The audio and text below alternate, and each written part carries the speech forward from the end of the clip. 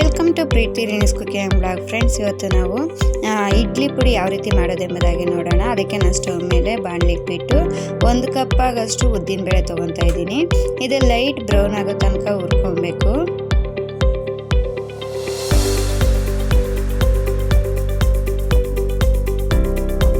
ನಿಧಾನವಾಗಿ ಹುರ್ಕೊಳ್ರಿ, ಅಂದರೆ ಮೀಡಿಯಂ ಫ್ಲೇಮಲ್ಲಿ ಇಟ್ಕೊಂಡು ಲೈಟ್ ಬ್ರೌನ್ ಕಲರ್ ಆಗೋ ತನಕ ಚೆನ್ನಾಗಿ ಹುರ್ಕೊಬೇಕು.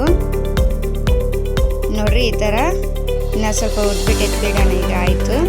ಈಗ 1 ಕಪ್ಪಲ್ಲಿ ನಾನು ಯಾವ ಕಪ್ ಎತ್ಕೊಂಡು ಅದೇ ಕಪ್ಪಲ್ಲಿ ಅರ್ಧ ಕಪ್ ಕಡಲೆಬೇಳೆ ತೊಗೊಂಡಿದ್ದೀನಿ. ಕಡಲೆಬೇಳೆನೂ ಅಷ್ಟೇ ಮೀಡಿಯಮ್ ಫ್ಲೇಮಲ್ಲಿ, ಅಂದರೆ ಅದು ಚೆನ್ನಾಗಿ ಹುರಿಯೋ ತನಕ, ಸ್ಮೆಲ್ ಹೋಗಿ ಚೆನ್ನಾಗಿ ಹುರಿಯೋ ತನಕ ಲೈಟ್ ಗೋಲ್ಡನ್ ಕಲರ್ ಆಗೋ ತನಕ ಹುರ್ಕೊಂಡ್ಬಿಡೋಣ. ಹುರಿದಿದ್ದಾದಮೇಲೆ ನಾನಿಲ್ಲಿ ಎಳ್ಳು ತೊಗೊಂಡಿದ್ದೀನಿ. ಒಂದೆರಡು ಸ್ಪೂನಾಗಷ್ಟು ಮಾತ್ರ ಎಳ್ಳು ತೊಗೊಂಡಿದ್ದೀನಿ. ಎಳ್ಳು ಜಾಸ್ತಿ ತೊಗೊಬಾರ್ದು, ಸ್ವಲ್ಪನೇ ತೊಗೊಬೇಕು. ನಾನಿಲ್ಲಿ ಕಪ್ ಎಳ್ಳು ತೊಗೊಂಡಿದ್ದೀನಿ. ಏನು ಮಾಡೋಣ, ಇದು ಸ್ವಲ್ಪ ಉರಿ ಆಗಿದ ತಕ್ಷಣ ನಾವು ಸ್ಟವ್ ಆಫ್ ಮಾಡಿಬಿಡಬೇಕು. ಯಾಕಂದರೆ ಬಾಣಲಿ ಬಿಸಿ ಆಗಿರುತ್ತಲ್ವ, ಬಿಸಿಯಲ್ಲೇ ಚೆನ್ನಾಗಿ ಚಿಟಪಟ ಅಂತ ಅದು ಚೆನ್ನಾಗಿ ಹುರ್ಕೊಳ್ಳುತ್ತೆ. ನೋಡಿರಿ, ಚೆನ್ನಾಗಿ ಹುರಿದೈತೆ. ಇವಾಗ ನಾನು ಸ್ಟವ್ ಆಫ್ ಮಾಡ್ತೀನಿ. ಆ ಬಿಸಿಯಲ್ಲೇ ಇನ್ನೂ ಸ್ವಲ್ಪ ಚೆನ್ನಾಗಿ ಇರೋದು ಹುರ್ಕೊಂಡ್ಬಿಡ್ತೀನಿ. ಇಲ್ಲಾಂದರೆ ಏನಾಗುತ್ತೆ, ಸೀದೋಗ್ಬಿಡುತ್ತೆ. ಸೀದೋದ್ರೆ ನಿಮಗೆ ಟೇಸ್ಟು ಚೆನ್ನಾಗಿರಲ್ಲ. ನಾನಿಲ್ಲಿ ಕಪ್ಪೆಳ್ಳು ತೊಗೊಂಡಿದ್ದೀನಿ. ನೀವು ಬೇಕಾದ್ರೆ ಬಿಳಿ ಎಳ್ಳು ಸಹ ತೊಗೊಬೋದು. ಅದೆಲ್ಲ ನಾನು ಡ್ರೈ ರೋಸ್ಟ್ ಮಾಡಿಕೊಂಡೆ. ಇವಾಗ ಏನು ಮಾಡೋಣ, 1 ಸ್ಪೂನ್ ಆಗಷ್ಟು ಎಣ್ಣೆ ಹಾಕ್ಕೊತಾ ಇದ್ದೀನಿ. ಎಣ್ಣೆ ಹಾಕ್ಬಿಟ್ಟು ನಾನಿಲ್ಲಿ ಬೇಡಿಗೆ ಮೆಣಸಿನ್ಕಾಯಿ ಮತ್ತು ಖಾರ ಮೆಣಸಿನ್ಕಾಯಿ ಎರಡೂ ಮಿಕ್ಸ್ ಮಾಡಿ ಹಾಕ್ತಾಯಿದ್ದೀನಿ. ನಿಮ್ಮ ಖಾರ ಯಾವ ರೀತಿ ನಿಮಗೆ ಆಗುತ್ತೋ ಆ ಥರ ಹಾಕ್ಕೊಳ್ರಿ. ನಾನು ಸುಮಾರು ಇಲ್ಲಿ 10ರಿಂದ 12 ಮಿಕ್ಸ್ ಮಾಡಿ ಹಾಕ್ಕೊಂಡಿದ್ದೀನಿ. ನೋಡಿರಿ, ಚೆನ್ನಾಗಿ ಹುರಿತು. ಇವಾಗ ಇದನ್ನು ಸೈಡಲ್ಲಿ ಎತ್ಕೊಳ್ಳೋಣ. ಈ ಇಡ್ಲಿ ಪುಡಿಗೆ ಏನಂದರೆ ಒಂದೊಂದು ಐಟಮೇ ನಿಧಾನವಾಗಿ ಹುರಿದು ಎತ್ಕೊಬೇಕು. ಎಲ್ಲ ಒಂದೇ ಸತಿ ಹುರಿಬಾರ್ದು. ಏನಂದರೆ ಒಂದು ಹುರಿಯುತ್ತೆ, ಹುರಿಯಲ್ಲ. ಅದರಿಂದ ಒಂದೊಂದೇ ನೋಡಿಕೊಂಡು, ಒಂದೊಂದು ಬೇಗ ಹುರಿಬೇಕಾಗುತ್ತೆ, ಒಂದೊಂದು ಲೇಟಾಗಿ ಹುರಿಬೇಕಾಗುತ್ತಲ್ವ. ಅದರಿಂದ ನೋಡ್ಕೊಂಡು ಎತ್ಕೊಬೇಕು. ಬೆಳ್ಳುಳ್ಳಿನೂ ಅಷ್ಟೇ. ನೋಡಿರಿ, ಬೆಳ್ಳುಳ್ಳಿನ ಹುರ್ಕೊತಾ ಇದ್ದೀನಿ. ನೀವೇನಾದರೂ ತುಂಬ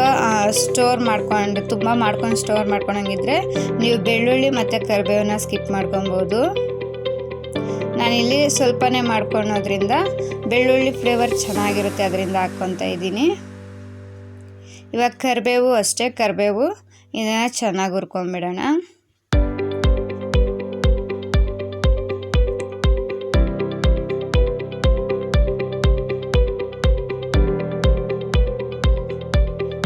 ನೋಡಿ, ಕರಿಬೇವು ಚೆನ್ನಾಗಿ ಹುರಿತೈತೆ.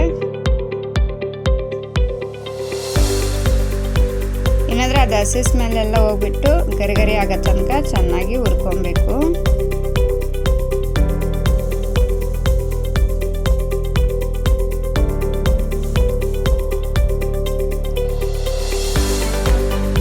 ನೋಡ್ತಾ ಇರ್ಬೋದು ಚೆನ್ನಾಗಿ ಎಷ್ಟು ಚೆನ್ನಾಗಿ ಹುರಿತೈತೆ ಅಂತ.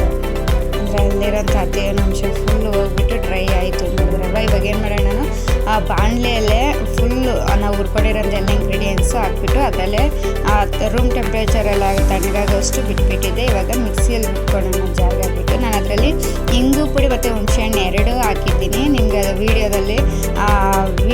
ಬಂದಿಲ್ಲ. ಅದು ಏನಂದರೆ ಇಂಗು ಪುಡಿ ಮತ್ತು ಹುಣಸೆಹಣ್ಣು ಸ್ವಲ್ಪ ಮಿಕ್ಸ್ ಮಾಡಿಕೊಂಡು, ಸ್ವಲ್ಪ ತರತರಿ ಆಗಿದ ತಕ್ಷಣ ಉಪ್ಪು ಹಾಕ್ಕೊಂಡು ಮಿಕ್ಸ್ ಮಾಡ್ಕೊಂಡಿದ್ದೀವಿ. ಹಾಕ್ಕೊಂಡು ನೋಡಿರಿ ರುಬ್ಕೊಂಡ್ರೆ ನಿಮಗೆ ಇಡ್ಲಿ ಪುಡಿ ರೆಡಿ ಆಯಿತು. ಇದು ತುಂಬ ಚೆನ್ನಾಗಿರುತ್ತೆ.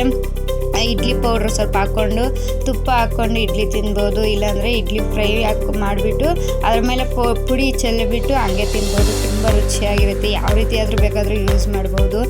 ಇದೇ ಚಟ್ನಿ ಅಂದರೆ ಇಡ್ಲಿ ಪುಡಿನ ನೀವು ದೋಸೆ ಮೇಲೆನೂ ಸಹ ಹಾಕ್ಬಿಟ್ಟು ಮಕ್ಕಳಿಗೆ ಕೊಡ್ಬೋದು. ತುಂಬ ರುಚಿಯಾಗಿರುತ್ತೆ. ಇದು ಮಕ್ಕಳಂತೂ ತುಂಬ ಇಷ್ಟಪಟ್ಟು ತಿಂತಾರೆ. ಈ ವಿಡಿಯೋ ನಿಮಗೆ ಇಷ್ಟ ಆಗಿದ್ರೆ ಲೈಕ್ ಮಾಡಿ, ಶೇರ್ ಮಾಡಿ ಮತ್ತು ಸಬ್ಸ್ಕ್ರೈಬ್ ಮಾಡ್ಕೊಳ್ರಿ. Thank you for watching.